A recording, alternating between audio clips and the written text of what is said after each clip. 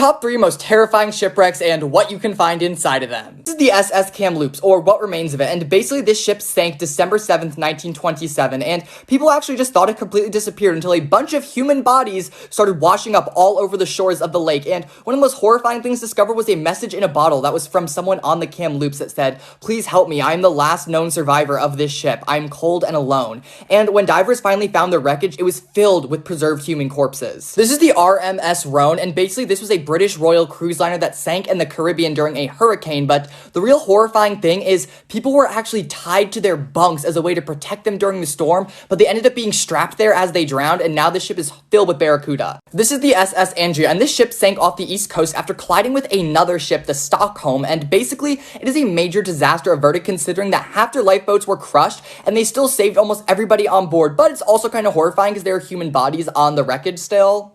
4 awesome times animals were way smarter than humans. Number 1, Kelly the dolphin. She was actually trained to clean up her own enclosure, and every time she brought a piece of trash to her trainers, she was given a fish. And eventually she figured out that if she tore apart big pieces of trash, she would get multiple pieces of fish, and that's exactly what she did, and she essentially beat the system.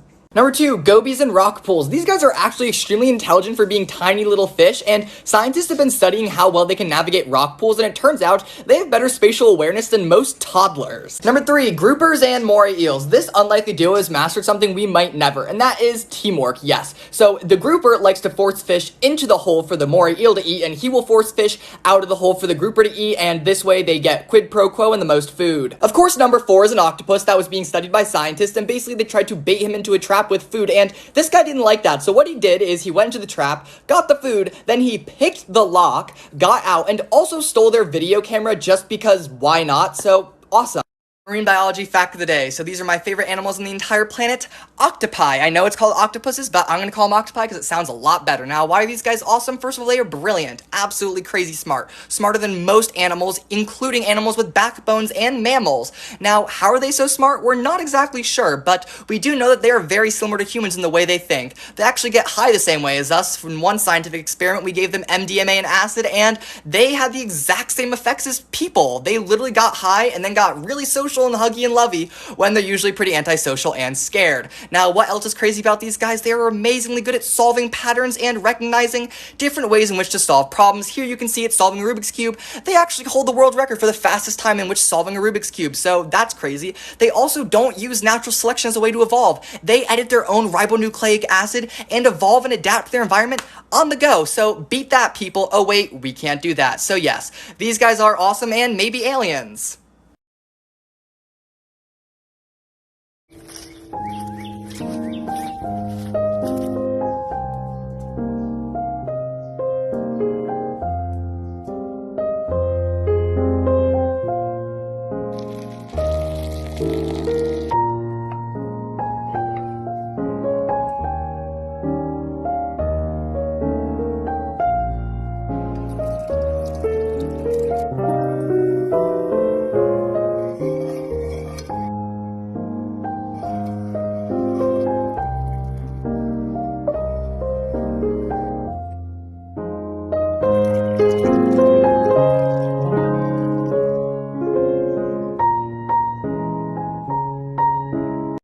Is Megalodon really extinct? Let's get into it. So basically this guy's been extinct for about a couple million years, and he is 100% extinct, gone, dead. Now why? He became extinct due to starvation. As the seas rapidly cooled at the beginning of the first ice age, all of his food died out due to a decrease in biological productivity, and thus he had nothing to eat and starved to death. And we know this due to fossil records, marine biologists, and paleontologists doing the best research in the world. Now, how do we know he's not living in some deep ocean trench in the middle of nowhere because we haven't explored it? Basically, there's not a lot of biomass at the very bottom of the ocean. There's not enough food for him to eat, and we would know if something this big lived down there. He's 70 feet long and weighs over 50 tons. That's huge, larger than most whales, and there's extreme pressure down there that would crush something this large, considering all the blood flow and the gas he has inside of him. And furthermore, there just isn't enough space for something this big, and there's not enough oxygen either, so he's dead. I'm sorry.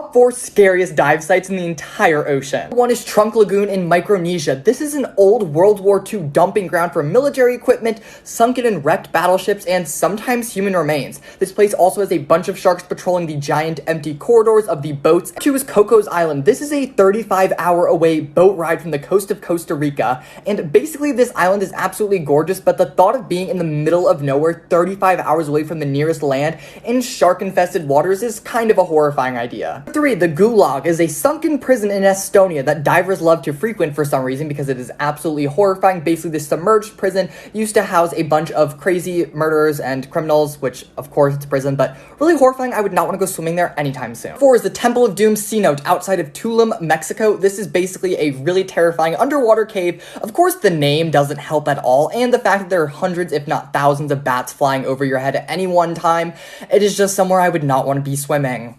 4 of the most horrifying things you could possibly step on in the ocean. Number 1, the electric stingray, because of course a giant flat fish with a razor-sharp barb isn't bad enough. You have to also make it electric. It is capable of giving you a shot of over 220 volts, and there are over 69 species across the world. Number 2, fire coral. Fun fact, this actually isn't real coral. These are a colony of organisms called hydrozoans, and they can give you an awful, really painful stinging rash. It won't kill you, but they have the really cool actual name of hydrocoral. Number 3, the purple spiny sea urchin. These guys are able to deliver a painful sting if you stomp on them. They're actually close relatives of starfish and sand dollars, considering they are all echinoderms, and these guys, although not deadly, can easily put an unlucky person into anaphylactic shock. Spiny toadfish. These guys can easily make your day absolutely horrible. Even though they look like cute little muppets, stepping on one can really make your day go from bad to worse, considering they have 2 really sharp dorsal spines, and then they have 2 awful spines on their gill slit. I just think it's really funny how there are teachers who are like, I hope you and your family are doing well during this stressful time, and then they go ahead and assign you a 12-page paper with size 10 New Roman font and MLA citations. You are my stress. Shut up!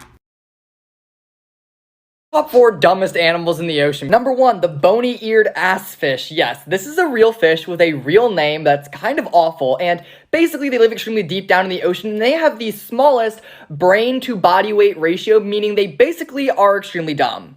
Number 2, sea squirts. Actually, after changing from a larval stage to the adult stationary form, they reabsorb or eat their entire brain and central nervous system to become the stationary type of animal, so... Number 3, jellyfish. These organisms are about 97% water, and they have absolutely no brain, and they can't even move on their own. They're basically enlarged plankton, and they're really cute and squishy, but again, no brain. Number 4, the mola mola, or the ocean sunfish. This bizarre oddity of nature is actually the largest bony fish on the planet, and these guys are very bad at just existing. They constantly get stuck on the surface of the water, they're constantly prey to parasites, and they're just, yeah.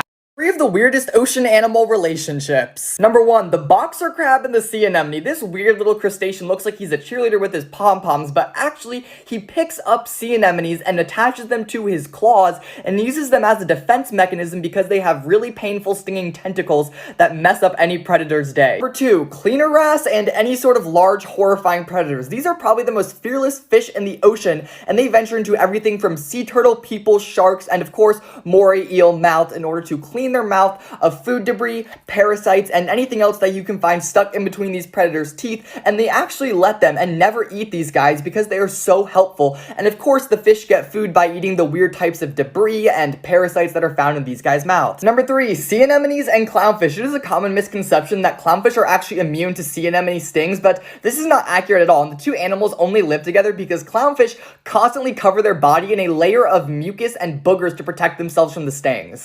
5 awesome facts about our coral reefs. Number 1, coral is being used to try to cure cancer and a lot of other diseases. Coral is actually being used and researched by scientists in all sorts of clinical trials and studies for creating medications all the way from cancer to Alzheimer's and plenty of other things. Number 2, coral is actually an animal, not a plant. However, they still rely on photosynthesis because they have a bunch of algae growing inside of their digestive tract called zooxanthellae that produces over 90% of their energy. Number 3, corals produce their own type of sunscreen. Corals are actually sun sensitive and UV rays affect them negatively, so they can produce their own type of fluorescent pigment that actually protects them from harmful UV rays. Number 4, corals like to eat plastic. This is actually a horrible result of our own environmental pollution, but corals have been known to pick and prefer plastic and microplastics over other types of food sources. Number 5, corals will actually fight each other. Yes, corals do not like when their neighbors encroach on their space, and they will extrude their insides onto their neighbors and completely melt them with their own stomach acid. Awesome. During quarantine, my dad has been recreating places that I miss going to, and he knew he was missing another favorite spot of mine, McDonald's. He knows it's my guilty pleasure, so he turned our kitchen into one, and this is how it turned out. Number 7. Right here. Here's your medium fry, and I fixed the ice cream machine for you, and it comes with a vanilla shake. Thank you. Bam! It also comes with an apple. Thank you. You're welcome. What is it like down at the bottom of the ocean? So I think there's a lot of misconceptions about what it's really like down there beneath our 7 seas, but it is crazy that anything can survive in these conditions. So basically there is a lot of pressure because you have miles of seawater piling on top of you. It is extremely dark because no light penetrates past the photic zone or a couple hundred feet deep into our ocean, and it is extremely cold because there's no sunlight, and it is also extremely low in oxygen because with no sunlight there's no photosynthesis, and there is a lot of carbon and carbonic acid because water plus carbon equals carbonic acid, basically. And the only way these bizarre looking organisms get food is when decomposing or dead organic matter falls from the surface all the way down to the bottom of the ocean, save for a few chemosynthetic organisms. And basically that is what the food chain starts off with, is dead or decomposing organic matter, and then some organisms will eat other organisms, but there's so low amounts of oxygen that everything has to be very slow metabolically, and it's just crazy down there. 4 of the ocean's most extreme eaters. Number 1 is the bone-eating snotflowers. These guys love to suck up bone marrow like a cannoli, and they will do anything to get to it. So what they do is they find bones, they spray their own acid concoction onto the bones, melt through the bone itself, and then sucks up the marrow because that is how hungry they are. Sea squirts are one of the few animals that practices something very weird and disturbing called auto-cannibalism. They eat themselves. Now what this means is when they change from a larva to a stationary form, they actually reabsorb or consume their brain and spinal cord for food. Number 3, the Amazonian giant leech. These guys are aquatic monsters, and although they're not found in the ocean but other types of tropical waters, these guys love to feast upon blood, and they can actually eat 7 times their body weight in just human blood in one sitting. Number 4 is the blue whale. This is the largest animal in Earth's history. These guys are absolutely massive. They are majesticets or baleen whales, and they can eat over 4,000 pounds of krill every single day, which is a lot of food. Top 3 most common fake ocean facts on TikTok. Number 1, we've only discovered 5% of the ocean. This is so wrong, and every basic TikToker has this in some sort of fake fact video, and I cannot stress enough, this is not accurate. What it is referring to is oceanographic clarity mapping. What that means is that we can see anything 100 meters or smaller at the bottom of the ocean, and we've actually done more than 5%. We were at between 9 and 12% clear oceanographic mapping, so that statistic is both outdated and citing the wrong thing. Number 2, the Megalodon still exists. This is also very, very wrong, and there are 2 other videos talking about why this thing is dead as a doorknob, but if it was alive, why did it suddenly completely disappear from the fossil record for the last 2.6 million years? Make it make sense. Number 3, orcas are the exact same thing as dolphins. Although they are in the same family and they do have a lot of similar characteristics, they are not identical, nor are they the same species, and also orcas eat dolphins, so I guess you go by the argument of you are what you eat, maybe?